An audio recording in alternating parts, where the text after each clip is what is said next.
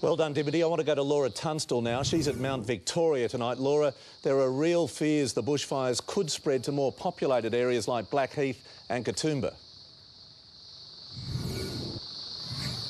There sure is, Pete. As we've seen with this fire, it is quite unpredictable. At the moment, there is the potential threat here to Mount Victoria and also to Blackheath. But there are concerns that if the weather does deteriorate over coming days, spread up the ridgeline and affect larger communities such as Lura and Katoomba. Firefighters have spent the day backburning here at Mount Victoria in a bid to protect properties.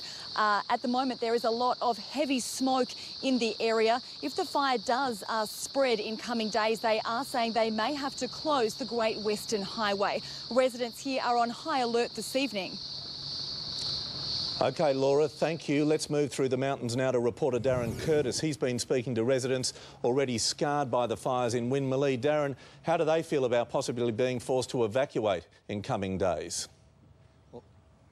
Well, Peter, if that does happen, they're going to be very angry because they say there is now so much territory burnt around this suburb that they feel actually very safe. And when it comes to other people that are now in the path of this fire, we're getting a real mixed message. They're saying they don't believe they would have lost anywhere near as many houses if people were at home to be able to put out those small spot fires before it engulfed their home. They're saying if you are not prepared or if you are elderly or you have large numbers of children, get out now while you can and walk away.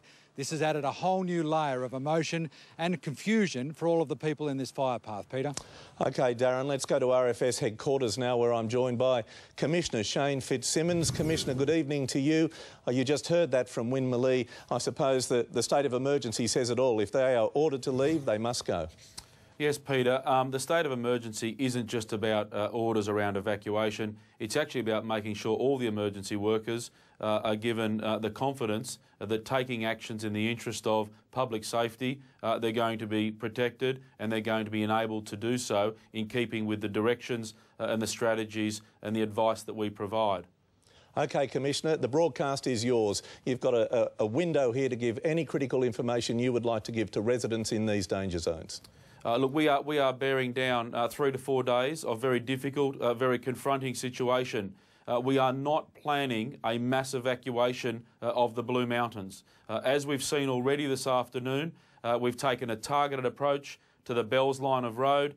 Different communities in different levels of preparation, different proximities to the main fire front are being given tailored, appropriate advice about what they need to do, about what they ought to be doing. We are also letting community members know in those different areas the implications of those sorts of decisions. And what I mean by that, Peter, is some areas along the Bells line of road, the advice was really simple. Stay where you are. The road out is cut off. There's fire on both sides. In other areas, it's about if you choose to stay, be ready for the potential for isolation for several days.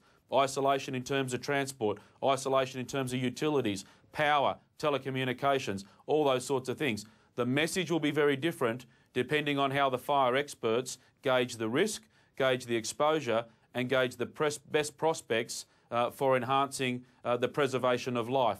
Right down the Blue Mountains Great Western Highway communities, we will be seeing a very deliberate, a very tailored treatment to sending messages around communities that may need to be relocated, communities or parts thereof where we're going to seek them to shelter in place and work with the fire authorities.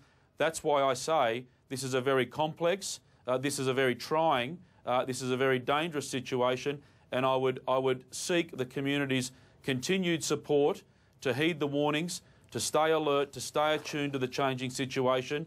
We will do our best to help those that need the assistance. Okay. We are not going to waste time trying to help those that are not willing to help themselves. Our focus is trying to do the greater good for as many people as we can. Commissioner, we are very, very grateful to you for your time. We know how busy you are. Thank you for joining us. Cheers, Peter. Front and centre of everyone's thoughts is, of course, rain. Is there any on the way? Amber Sherlock joins me with a detailed look at the next few days. Amber. Pete, unfortunately, there's little, if any, rain on the way, and fire conditions are only set to deteriorate further. There is a total fire ban in place again for much of New South Wales tomorrow, and it's likely to be extended until at least Wednesday. We are heading for a scorching top of 38 degrees in our west, a little cooler along the coast, a top of 31. It will stay very hot on Tuesday, but as we've heard, Wednesday is shaping up as the big danger day. Although temperatures could be a little cooler, the big problem is the northwesterly winds, which are forecast to be strong and gusty, a nightmare for our firefighters. Now, a southerly change will move through on Wednesday. I'll have the full forecast a little later, Pete. Amber, thank you. Charity